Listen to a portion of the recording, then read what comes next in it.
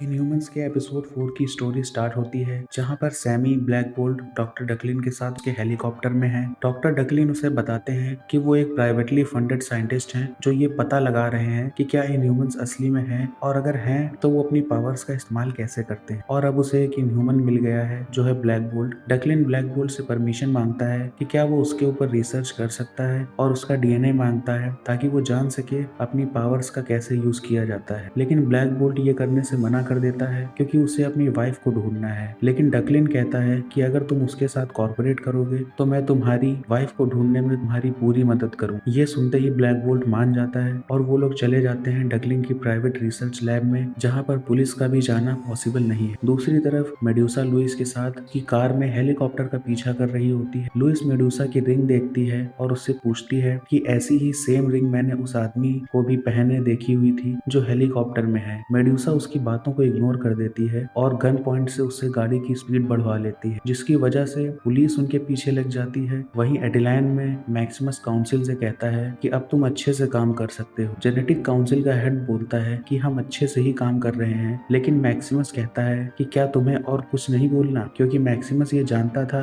कि head of genetic council भी एक नॉर्मल ह्यूमन है और वो ये बात सबसे छुपा रहा है। वहीं अर्थ पर मेडुसा अपनी गन से पुलिस की ओर फायरिंग करने लगती है जिससे उनके पीछे और भी पुलिस लग जाती है, जिस वजह से हेलीकॉप्टर उनकी नजरों से काफी दूर चला जाता है। उधर जंगल में डेव जो कि लॉकजॉ से टकरा गया था, वो लॉकजॉ का साइज देखकर डर जाता है। क्रिस्टल उसे दूर रहने के लिए कहती है लेकिन वो उनकी मदद करने के लिए आगे बढ़ता है और क्रिस्टल अपनी पावर्स का यूज करके उसको दूर धकेल देती है जिससे वो और भी ज्यादा डर जाता है। क्रिस्टल उससे कहती है कि उसे एक डॉक्टर की जरूरत है। डेव अपनी एक डॉक्टर फ्रेंड को बुलाने चला जाता है। उधर मेडुसा लुइस से काफी नाराज हो चुकी है क्योंकि उसने हेलीकॉप्टर को खो दिया और लुइस भी मेडुसा से नाराज होती है क्योंकि उसने पुलिस के ऊपर फायरिंग की। मेडुसा चांद की तरफ देख रही होती है और लुइस समझ जाती है कि वो एक ह्यूमन नहीं है और अर्थ से तो बिल्कुल नहीं है। तब लुइस उससे कहती है कि हमें पहले होटल चलकर अपनी गाड़ी छुपानी होगी, फिर हम बाकी लोगों को ढूंढने चलेंगे। उधर डकलिंग की लैब में डकलिंग ब्लैक बोल्ट से बोलता है कि तुम्हारा डीएनए काफी रेयर है और तुम्हारे डीएनए में ऐसी पावर्स हैं जिससे वो तुम्हारे वोकल कॉर्ड को सुपर चार्ज कर देती हैं और तुम इतनी हाई फ्रिक्वेंसी की आवाज को निकाल पाते हो। डॉक्टर डकलिन लैब से बाहर आता है और उसके पास भी एक कॉमलिंक होता है और वो उसमें बोलता है आर यू हियर। तभी दूसरी तरफ से मैक्सिमस बोलता है यस। तब हमें पता चलता है कि डॉक्टर डकलिन की प्राइवेट फंडिंग मैक्सिमस ही कर रहा है। मैक्सिमस ने ही डॉक्टर डकलिन को इन ह्यूमंस के बारे में बताया था। डकलिन मैक्सिमस से बोलता है कि उसे बहुत ही कीमती चीज मिली है जो है ब्लैक बोल्ट और उसके डीएनए की मदद से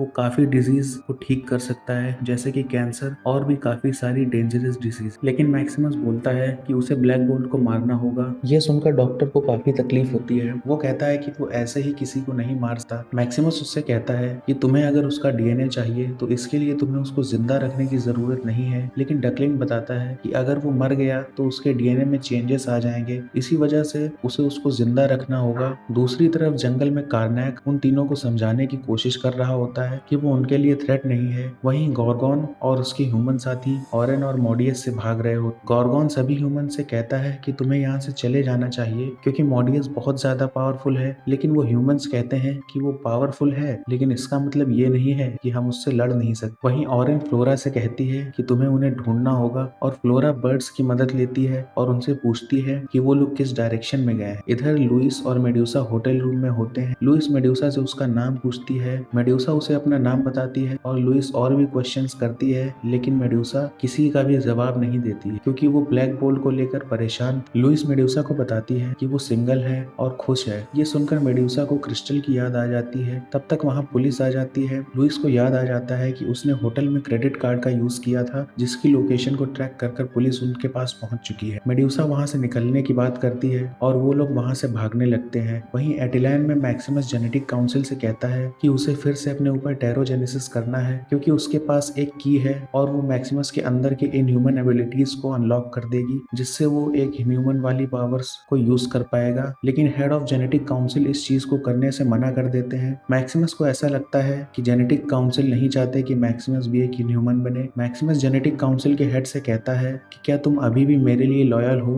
क्या तुम्हारी लॉयल्टी मेरे साथ है। हेड कहता है कि हाँ। मैक्सिमस उससे बोलता है तो फिर तुम्हें ये प्रूफ करना होगा। इधर मेडुसा और लुइस पुलिस से भाग रहे होते हैं। तभी लुइस को याद आता है कि उसका रॉकेट स्पेसशिप की चैन रूम में ही रह गया है। लुइस उसे लेने के लिए वापस जाने लगता लगती है तो मेडुसा लुइस से कहती है कि वो उससे फास्ट है और वो जल्दी से जाकर ले आएगी। मेडुसा रूम में वापस आ जाती है और की चेन को ढूंढने लगती है। तभी पुलिस भी रूम के दरवाजे पर पहुंच जाती है, लेकिन तब तक मेडुसा वहां से निकल चुकी होती है। इधर डेव अपनी फ्रेंड एड्रे को फार्म हाउस लेकर पहुंच चुका होता है, जहां एड्रे लॉकजॉ को देखकर डर जाती है और क्रिस्टल से पूछती है कि क्या उसने इसकी क्रॉस ब्रीडिंग करवाई है किसी बड़े एनिमल से। एड्रे बताती है कि लॉकजॉ की कोई भी हड्डी नहीं टूटी है और वो बिल्कुल ठीक हो जाएगा। क्रिस्टल को एड्रे के ऊपर भरोसा नहीं होता है, लेकिन डेव उससे कहता है एड्रे एनिमल से बहुत प्यार करती है, ह्यूमन से भी ज्यादा। दूसरी तरफ मेडुसा और लुइस ब्रेकफास्ट कर रहे होते हैं। लुइस हेलीकॉप्टर का पता लगा रही होती है। लुइस मेडुसा से उसके बारे में पूछती है। मेडुसा उसे बताती है कि वो हिडन मून सिटी एटिलाइन की क्वीन है और वो लोग जिसको ढूंढ रहे हैं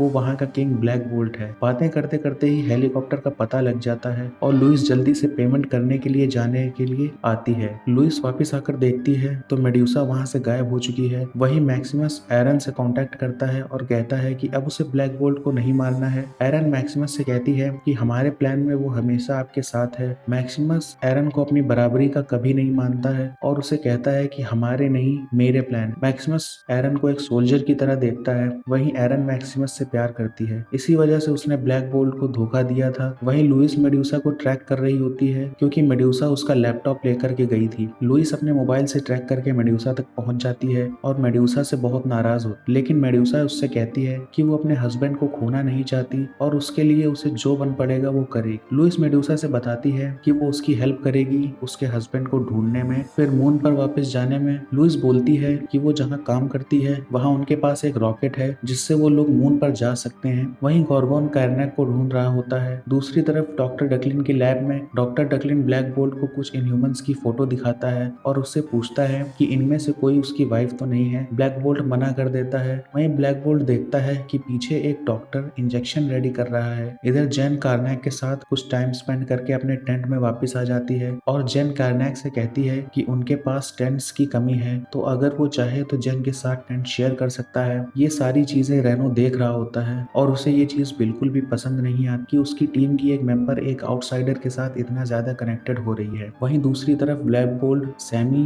को कुछ फोटोज दिखाता है और उनके बारे में पूछता है और साथ में ही उसे इंजेक्शन को भी दिखाता है जो वो डॉक्टर रेडी कर रहा था। सैमी बताता है कि ये पॉइजन है और दोनों समझ जाते हैं कि यहाँ कुछ तो गड़बड़ है। यहाँ एटिलाइन में जेनेटिक काउंसिल के सारे मेंबर्स इकट्ठे होते हैं। मैक्सिमस ने हेड ऑफ जेनेटिक काउंसिल के साथ मिलकर प्लान बनाया था कि वो मिलकर सारे जेनेटिक काउंसिल के मेंबर्स को मार देंगे। मैक्सिमस के गार्ड्स जेनेटिक काउंसिल के सारे मेंबर्स को मार देते हैं। वहीं अर्थ पर ब्लैक बोल्ट और सैमी लैब से भाग रहे होते हैं। लैब से बाहर निकलते ही एरन उनके सामने आ जाती है और ब्लैक बोल्ट के ऊपर गन पॉइंट कर देती है। ब्लैक बोल्ट ये देखकर शॉक हो जाता है। एरन ब्लैक बोल्ट से कहती है कि मेडुसा उसके कब्जे में है और अगर वो उसके साथ नहीं आया तो वो मेडुसा को मार देंगे। ब्लैक बोल्ट गुस्से में एरन को मारने के लिए आगे बढ़ता है। तभी वहाँ मॉडियस आ जाता है। ब्लैक बोल्ट मॉडियस को देखकर रुक जाता है। मॉडियस ब्लैक बोल्ट से कहता है कि मैंने सुना है तुम सबसे पावरफुल इनह्यूमन हो, तो क्यों ना इसे टेस्ट कर लिया जाए। मॉडियस अपना मास्क उतारने वाला होता है, तभी ब्लैक बोल्ट पास में लगे गैस पाइप को उखाड़ देता है, जिससे अगर मॉडियस मास्क हटाता है तो एरन के साथ साथ वहाँ सभी लोग मारे जाएंगे। ब्लैक बोल्ट सैमी से वहाँ से जाने के लिए बोलता है। मॉडियस अपना मास्क उतारने ही वाला होता है, तभी उसे एक कार आकर टक्कर मारती है, जो कार होती है लुइस की। वहाँ एक ब्लास्ट होता है और ब्लैक बोल्ट देखता है मेडुसा को। दोनों गले मिलते हैं। उधर मॉडियस फिर से उठने ही वाला होता है, लेकिन मेडुसा ब्लैक बोल्ट से कहती है कि उसे फ्लोरा को ले लेना चाहिए क्योंकि वो उसकी फैमिली को ढूंढने में उनकी मदद कर सकती है। वहीं जेन और कार्नैक टाइम स्पेंड कर रहे होते हैं। दूसरी तरफ हमें दिखता है कि रेनो एक गड्ढा खोद रहा है, जिसके साइड में हमें दिखती है उस टीम के थर्ड मेंबर की डेड बॉडी। और इसी के साथ में इनह्यूमंस का एपिसोड 4 खत्म हो जाता है। अगर आपको वीडियो पसंद आया हो तो इसको लाइक करके चैनल को सब्सक्राइब करिए। मैं आपसे नेक्स्ट वीडियो में मिलूंगा। Good bye.